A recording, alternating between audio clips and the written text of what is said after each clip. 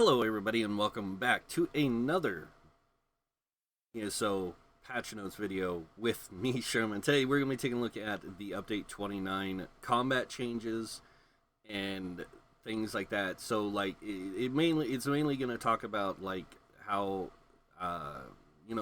this affects our combat and gameplay and things like racial changes, class changes, and even some of the other things that they've changed. We're going to go through all that in this video just to make it a little bit easier. If you guys want to check out the previous video where it talks about Flames of Ambition and some of the champion point changes coming, go ahead and click on the link in the description below. It'll take you to the previous video, or you can also click in the description in the corner, or the tag in the corner that will take you back to the previous video. So really cool.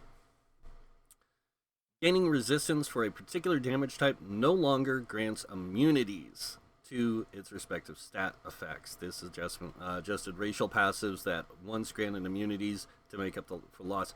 So a lot of this stuff that I'm going to be talking about we'll get to more of later, but this gaining resistances for a particular damage type no longer grants immunities. Some of the races had things like poison immunity, disease immunity, fire immunity, frost immunity. They don't get that immunity anymore. Now they get an increased resistance to those, which is kind of nice.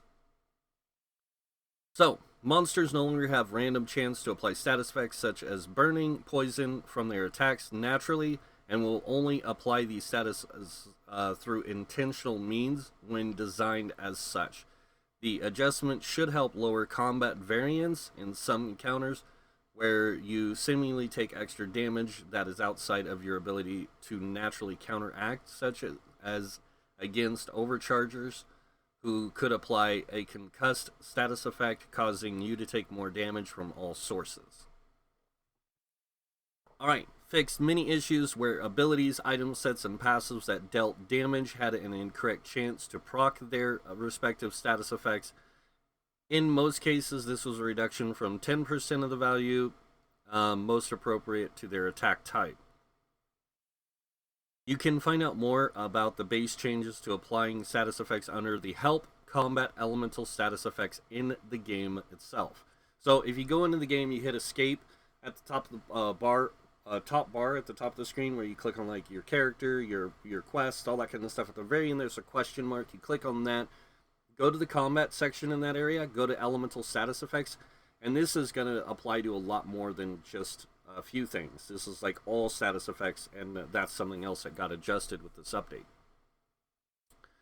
They fixed an issue where casting an ability right after a failed ground target ability could cause you to become unable to cast other ground target abilities. Yes, that was a problem. I noticed it on PTS as well. I'm glad they fixed it before it went live. Player source synergies will now attempt to cull their animations whenever you activate other abilities to reduce animation errors when utilizing them in tandem with weaving and other ability uses. Werewolves will no longer animate when activating player source synergies. They fixed an issue where multiple healing abilities and sets that were bound to area of effects were not properly detected as healing over time. They fixed numerous effects where certain bonuses could unintentionally apply their effects to abilities or sets, and they fixed additional issues where bonuses of certain attacks could unintentionally attack other attacks. So, and then, bonuses that increase your chance of finding better fish, such as Angler's Instinct and Artemium's Pickled Fishbowl, now more accurately describe their effects and no longer include a static percent bonus, which was incorrect as fish can't do math or probability equations. You might want to take that back because there is a ship that was actually created by some fish people in a book that broke the probability law. So, yeah. Look it up. Hitchhiker's Guide. Fixed issue where weapon swapping could become unresponsive after using a grappling hook. Emotes can no longer be started while blocking, and blocking during an emote will now interrupt it. Please note all these changes currently in Update 29. We are working on reverting it for a future patch. Fixed an issue where armor reduction debuffs such as major, minor were not affecting targets with no armor stat, even if they had physical and spell resist. Buffs and debuffs. A lot of new stuff here, guys. There are now 3 new status effects from the following damage types: bleed, physical, and magic damage. So bleed damage has a chance to apply hemorrhage or hemorrhaging.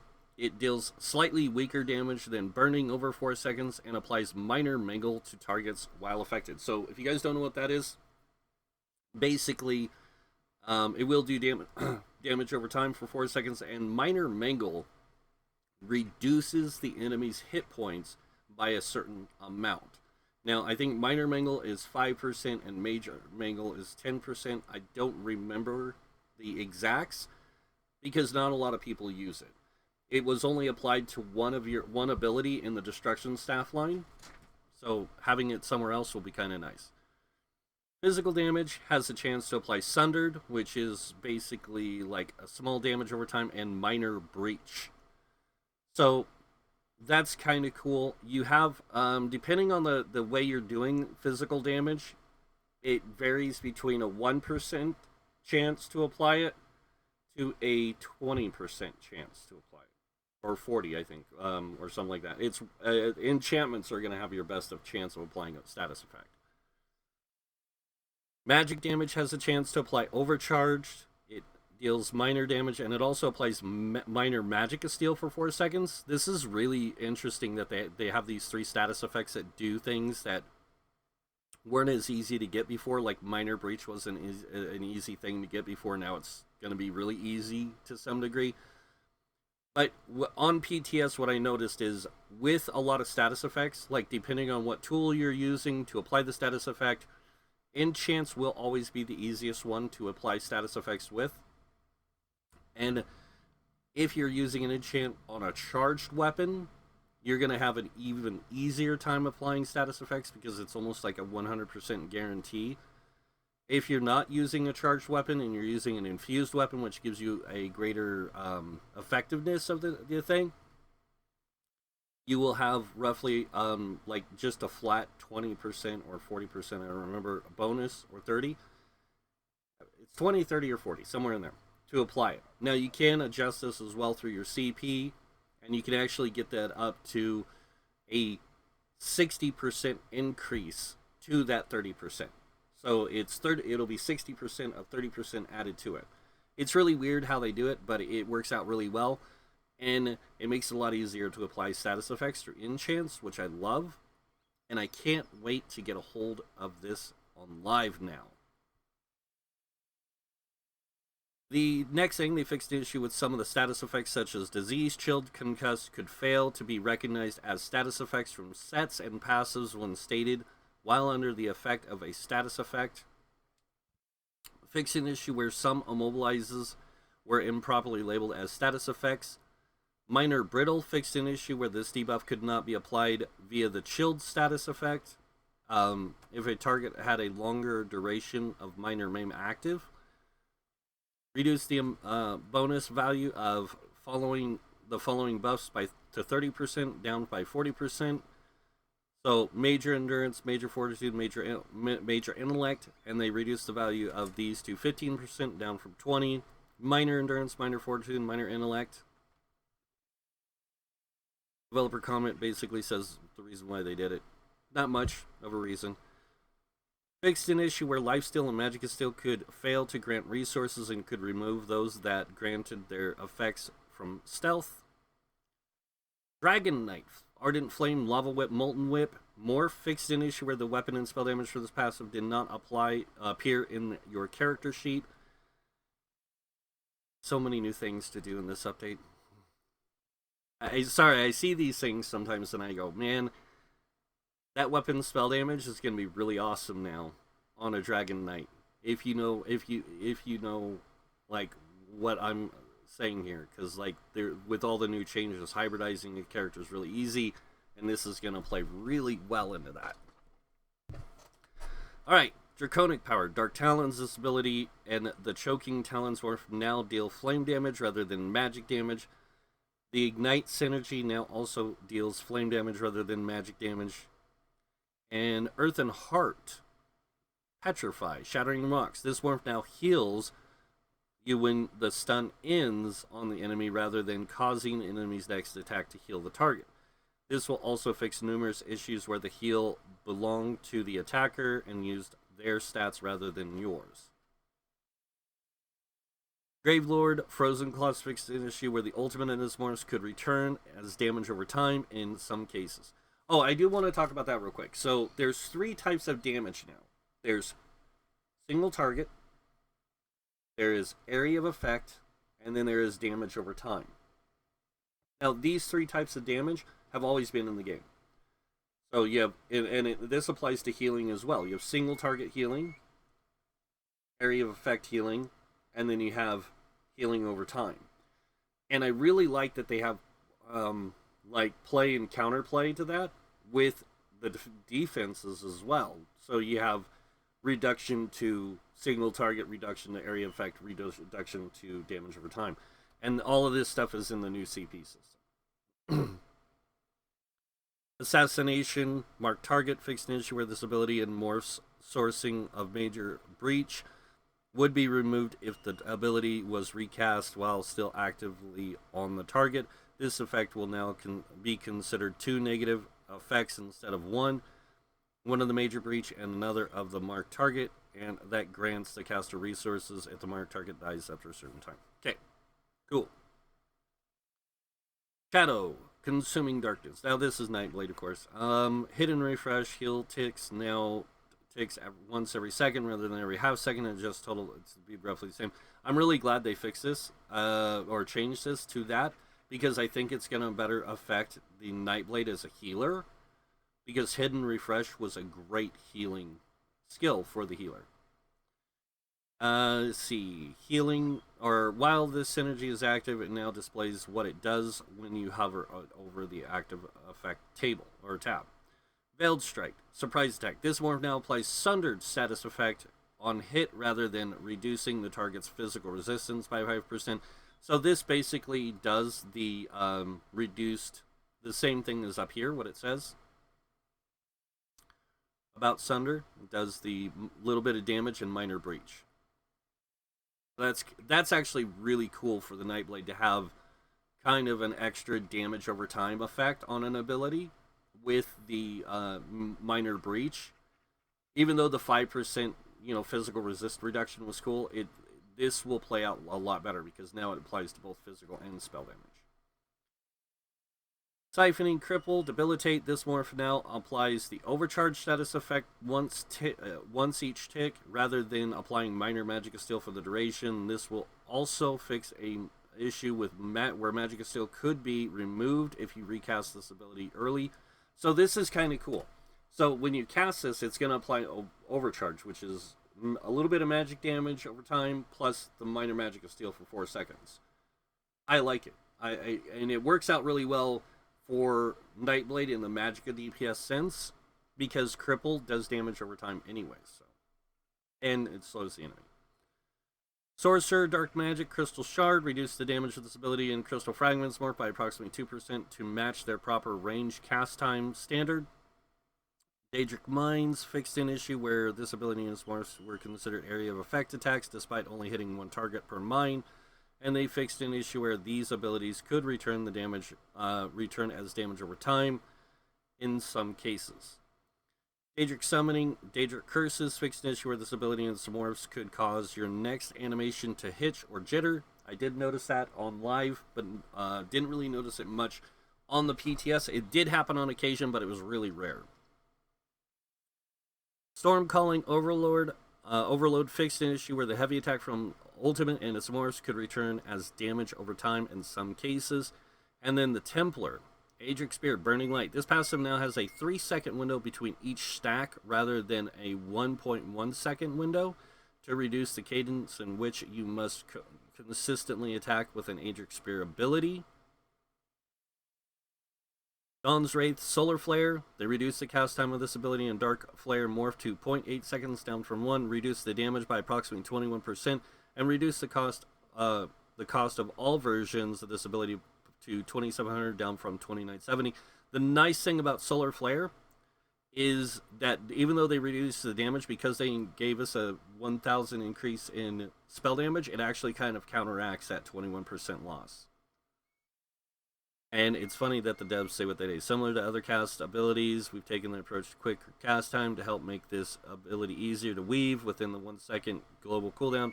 This should also reduce burst potential, potentially when combined with higher hitting attacks. But helps the DPS go up by making it smoother to use other, whatever. Restoring Light. Lightweaver fixed an issue where this passive did not properly grant its stated armor when you were channeling Rite of Passage or its morphs.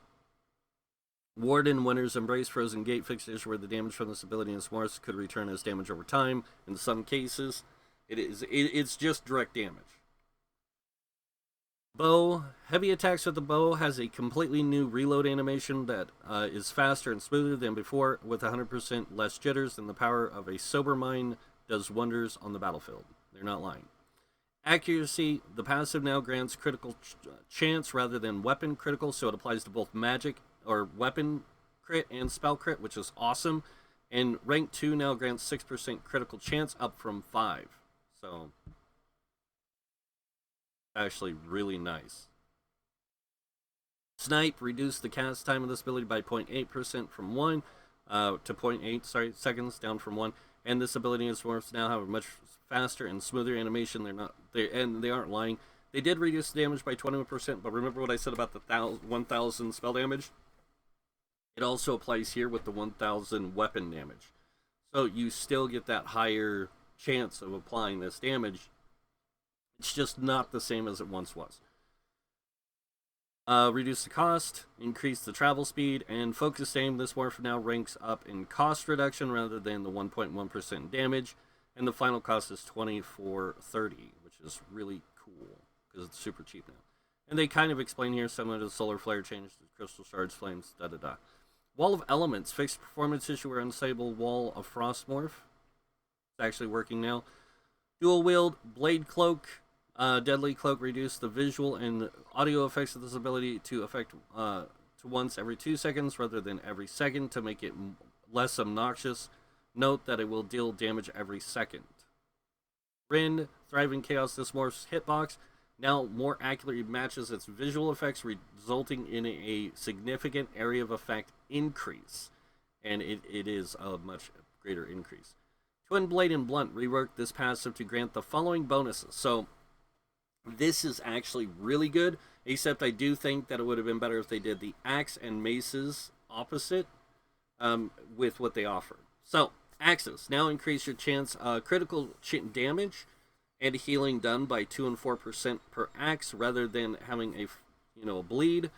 Daggers now grant 1.7 to 3.4% critical chance per dagger rather than 2.5 to 5% weapon critical chance. So now it applies to both spell and magic, or spell and physical. And then maces now grant a flat penetration bonus per thing, besides having a 5% or 10% physical resistance debuff.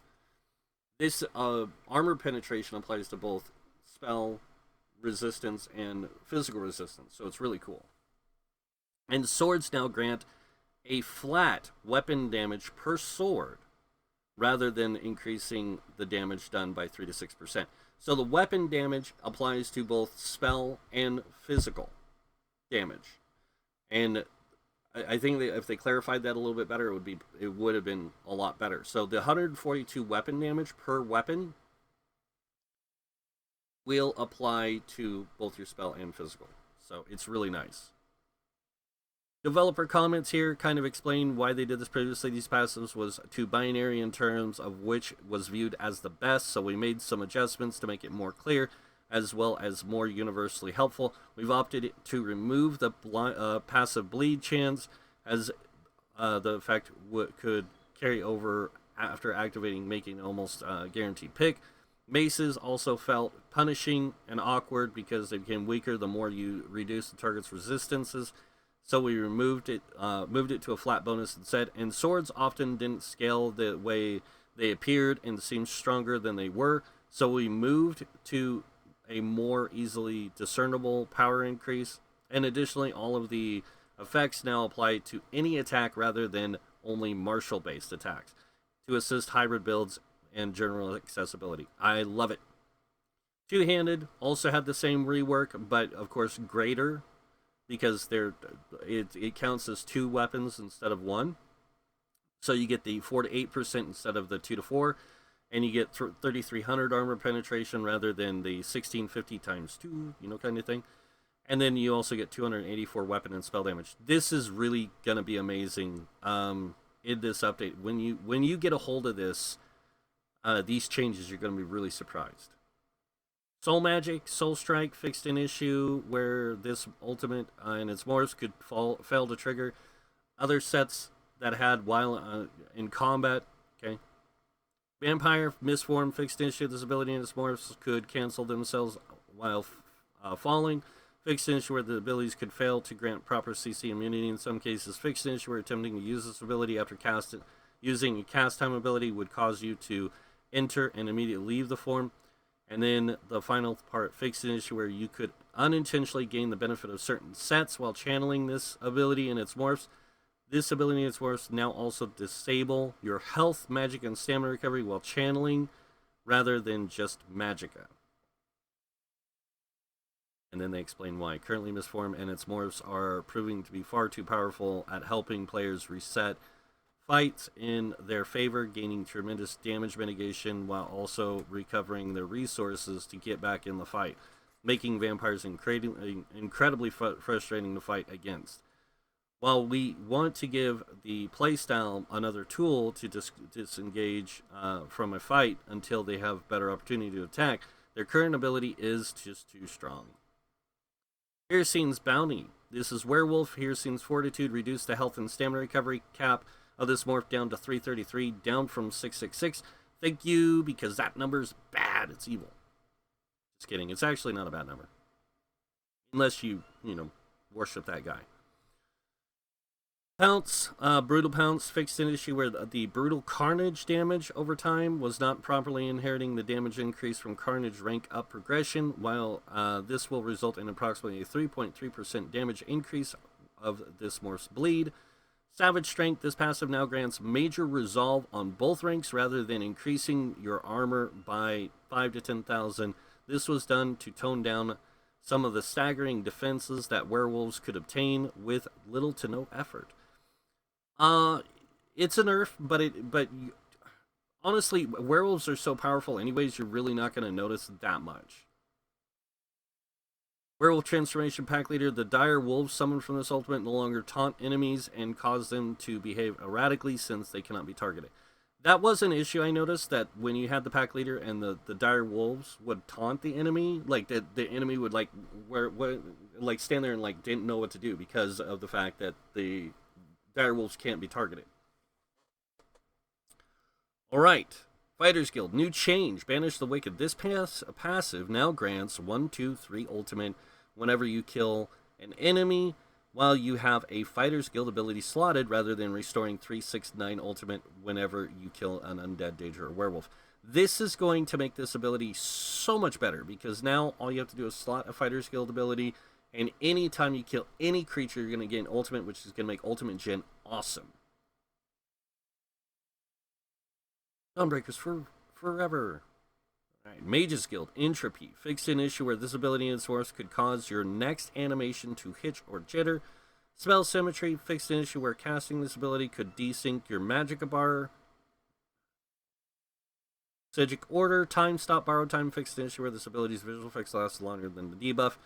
Alliance War, Assault. Continuous Attack. Now this is really cool. This passive now always grants Major Gallop when purchased at rank 1 or 2. Note that you do not need to be in serial to gain the effect.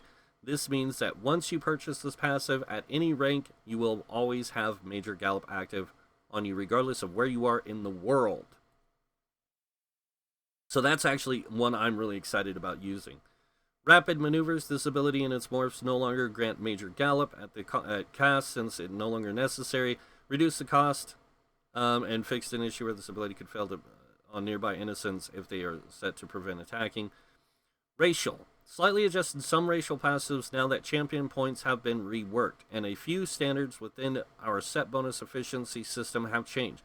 For simplicity's sake, we have listed the final rank adjustments of each passive rather than each rank's adjustment. Racials got changed, guys. Only certain racials, not all of them. So Argonian Resistance. This passive no longer grants immunity to disease status effect and once again grants equal amounts of poison resistance. So Argonians now have an equal amount of poison and disease resistance, which is really cool. Which poison and disease resistance applies to your physical resistance as well. So, Resourceful. This passive now also grants 1,000 max stamina. Reduce the resources granted to 3,125, down from 4,000. So this is really cool. The Resourceful one is the one where you drink a potion and it gives you resources back. And it would give you max magicka. And now it gives you max stamina. So it makes the Argonian a little bit better at playing hybridized or even playing a stamina-based character. And it makes them really good because they get 1,000 max health, 1,000 magicka, and 1,000 stamina. So it's really good for that stuff, which is great. Breton. Spell Attunement. Increase the magic recovery granted from this passive to 130 up from 1,000, or up from 100. Sorry, not 1,000, 100. So Bretons do get a greater mag recovery of 130, which is really great. And I'll get into that when I get into talking about some builds later in my, well, not later in this video, but later in some of my other videos. You guys will see I'll actually bring this up quite a bit. Dark Elf, Dynamic, increase the magic, max magic and stamina granted from this to 1910 up from 1975. It's actually only like a 25% or 30%, something like that, increase. It's not much. You won't really notice much of a difference, or 35% increase. You're not going to notice that much of a difference, but it is that. It's just that little bit of a difference can make the world a better place for a lot of us. Resist Flame. This passive no longer grants burning status effect, immunity to the burning status effect. Instead, it increases your flame damage resistance to 4,620, up from 2,310. So the way this works, and I want people to understand, is flame resistance is not just fire, like the burning status effect. It's any fire damage you take. So this gets added to your spell resistance. So whatever your spell resistance is, plus 4,620. You will go over cap a lot with the Dark Elf, Nord, and of course the Argonian and Wood Elf will go over cap if they're playing tanks easily because of the fact they're getting so much more resistance. But for DPS, this is going to be really good in certain situations. High Elf Elemental Talent. This passive now grants equal weapon and spell damage rather than just only spell damage. This is really interesting because a lot of people were like, why would you give High Elf weapon damage, because it's not lore effective. It actually is. I mean, look at Queen Irene. She was a warrior more than she was a mage. She could do magic, but she fought with a sword. So and within their lore, there actually is a lot of things that state that yes, high elves are magical, enlightened creatures, if you will, but it doesn't mean that they weren't warriors. C. Spell recharge. Reduce the amount of this passive restored to 625 down to 640, and this passive works with any ability used rather than class abilities. This makes it a lot better for high elves to gain resources back depending on what role they're playing, which is really amazing. I love it. It is amazing. Imperial Red Diamond. This passive no longer restores health, magic, and stamina whenever you deal direct damage. Instead, they increase the cost reduction of all abilities to 6% up from 3%. So you no longer get that resource return. Instead, you get 6% reduced cost to all your abilities. And if you're playing a Imperial Templar, you actually get a higher reduced cost in all abilities, which is amazing. It makes them really awesome with some hybrid play, but also with some, like giving them that greater effectiveness as Magicka or a stamina-based character, or even a hybrid. Khajiit's Feline Ambush. Increase the critical damage and healing done of this passive to 12%, up from 10. It was 12% to begin with, but they lowered it to 10 and then they put it back. This is actually really nice because of the fact that Khajiits really didn't. A lot of people felt like they didn't have a place in the game. Now they can. They're going to have really good critical damage, even though crit's been lowered. Critting isn't that hard to do anyways, so people freaking out about that their DPS going down and all this stuff, like, this is going to be amazing for Khajiits. This actually puts them more in line with other DPS races, including Dark Elf, in their damage that they can do. Lunar Blessing, increase their max health, magic, and stamina up to 915, up from 825. This is also awesome. I'm super happy for this because I have 2 Khajiit characters I play. I play a Khajiit Vampire Necromancer, and I play a Khajiit Templar. And this is just going to play so well into those the way I play them. I can't wait. Nord. New changes, resist frost, no longer immune to chilled status effects. Instead, they get the 4620 resistance to frost. And that does apply to you. Like, your spell resists, and then it gets this 4620 gets added to it whenever they take frost damage. Rugged, reduce the amount of armor 2600 down from 3960. Wait. Isn't that lower than what it was before? Wasn't it like 29 something?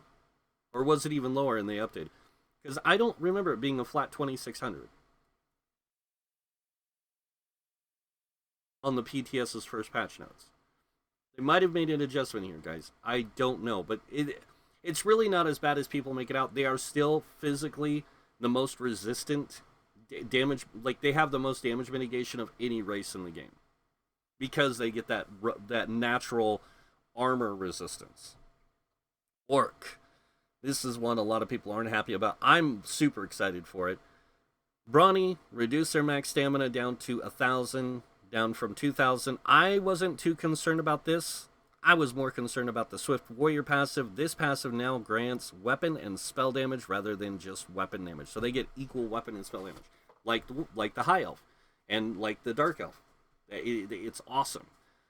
The sad thing is that, yeah, they don't have any other stats that apply to their Magicka, like to max Magicka or anything, but it really doesn't matter. That spell damage puts them on par with, like, Magicka DPS as a Breton, like almost on par with a Breton. In fact, a little bit better. So it makes them really powerful, and I'm really glad they did that with that. Swift Warrior. This passive now grants weapon and spell damage. Yep. Okay. Unflinching Rage. So this passive now heals for 2,125 when you deal damage every 4 seconds, rather than healing for 600 health every time you deal damage with a weapon attack. This is any damage you do.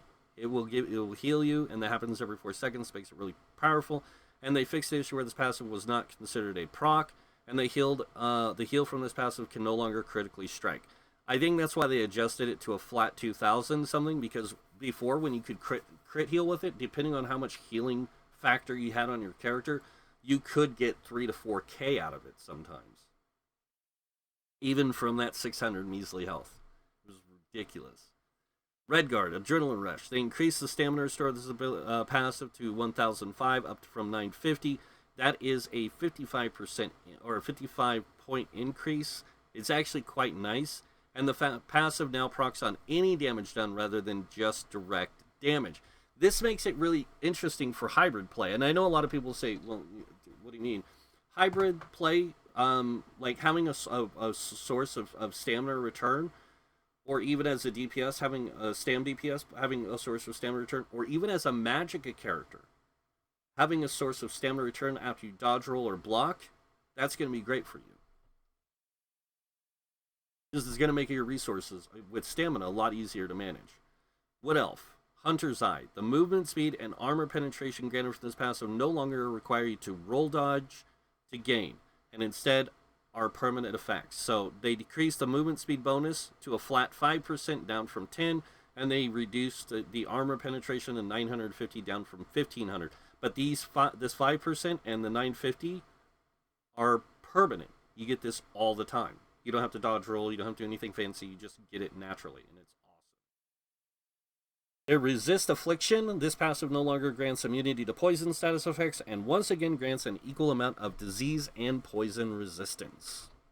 Okay, moving on. Item sets, itemization and item sets. So they reduce the amount of critical chance rating per set to 657. That's 3% down from 833, which is 3.8. That means when you're wearing a piece of armor that gives you 657, like 2 crit thing, like Hunting's Rage gives you weapon crit, weapon damage, weapon crit, or weapon crit, stamina, weapon damage, or weapon crit thing, whatever, and then weapon damage at the bottom. Now you're going to get a 6% crit chance from it instead of almost 4%. Well, it actually did come out to 4% because it can't count the 0.8. It counts it as 1%, so it actually comes out to 4% anyways. Reduce the perfected ability, augmenting stat lines of critical rating to 526 down from 666. Berserking Warrior, reduce the amount of weapon critical per stack to 244 down from 305. Dragon Guard Elite, this set now stacks up to 10 times once every 0.5 seconds, up from 5 times every 1 second, and reduce the weapon critical to 275 down from 475. Overall, this will result in an increase. Eagle's Eye and Wrath of the Imperium reduce the critical chance of the 2-piece bonus to 1652 down from 1829. Leviathan and Mother Sorrows reduce the critical rating in the 5-piece bonus to 1528 down from 1937. Mechanical Acuity increased the cooldown of the set to 21 seconds up from 18. Medusas reduced the 5-piece bonus of spell critical to 892 down from 900. Again, this is higher due to the 5-piece bonus, or 5-piece also being focused on minor buff. Slime Cora reduced the 1-piece bonus of critical chance to 771 down from 833. This is higher than the normal bonus due to the 2-piece bonus being a minor buff, which you may already have access to. Zogvins increased the weapon critical per stack to 177, up from 134. And they kind of explain here why they did this. Previously, critical chance was sourced very abundantly and was the clear winner in terms of a class chaseable stat for the in-game dealing in PvE, while having natural counters and operational costs in PvP.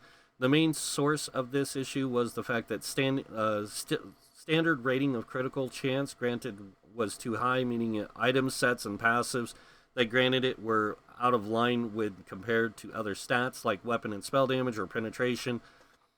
With these adjustments, we expect many builds to have reduced critical chance rating, while also toning down the effectiveness of critical damage and healing, unless your build goes out of its way to specifically chase those stats down. And basically, they're saying you either build as a glass cannon for high crit, or you build with crit in penetration and everything else in mind. Because that's actually kind of the game's design.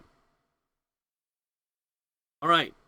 In efforts to combat against the effectiveness of pre-buff sets or sets that retain their effect after activating and unequipping them, we've made the following adjustments. These sets now require you to be in combat for their 5-piece bonuses to activate.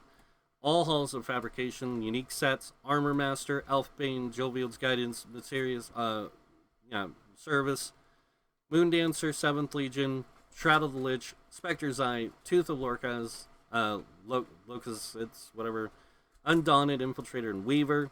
And then these buffs are no longer retained if you unequip a number of pieces required to activate them, Bullrog and Stygian. So you do have to have the full 5-piece set in order for these things to work.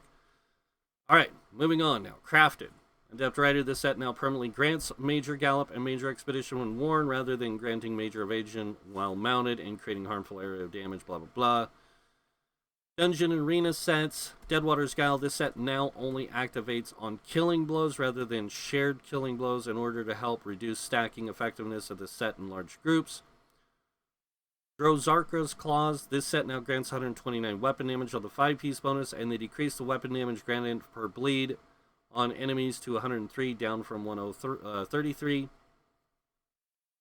Flame Blossom fixed an issue where the set did not properly scale with damage over time modifiers. Iron Blood fixed an issue where the set snare could stack with very specific snares. And then Strength of the Automaton. This set now clarifies it also works with bleed damage abilities, since this is a new damage type, but the set was originally designed to keep damage types in mind, or the damage type in mind. Overland. Sinche's Bite. This set now procs whenever you dodge an attack, rather than when you activate roll dodge. They increased the duration to 10 seconds, fixed an issue where this set's tooltip did not state it also affected your critical healing done. This change was done to help decrease the amount of alpha strike potential it has before combat has begun. Trial. So the following sets now only proc on slain enemies you damage within 2 seconds, down from 5. Their tooltips now properly mention you do not need a killing blow for them. False God's Devotion, Quick Serpent, Vicious Serpent. Really like that. Alkosh, the armor reduction portion of this set now scales off 100% of your weapon damage up to a cap of 3,000 rather than a base value of damage done. Fixed an issue where the set was not properly labeled as a proc. Now, the devs do give a thing, the previous adjustment of helping make this set more when utilized on stamina damage dealers missed the mark, so we are converting it to something with far less variance and total power. Note that the value of is still relatively achievable on tank builds who wish to run it instead, but they may need to run some extra weapon damage when they normally might not reach it. So it's not hard to get 3,000 weapon damage to get that cap. PvP source stuff. Alicia's Bulwark. This set now has a cap of 1320 health recovery, and Ravager fixed multiple issues with this set. Could proc off abilities that did not attempt to reduce the target's resistances. Monster Mask. Feline. This set no longer has a 15% chance to proc and a guaranteed proc on any non-proc melee damage. Increase the cooldown to 6 seconds from 4. Reduce the damage and fix the issue with the set could be procced outside of melee range while with some melee attacks. And Tremor Scale. Fixed the issue where the physical resistance reduction was considered a snare in some cases. There is some other base game changes, things like that. Really interesting stuff here. Excuse me, guys. I feel like I just swallowed a cat.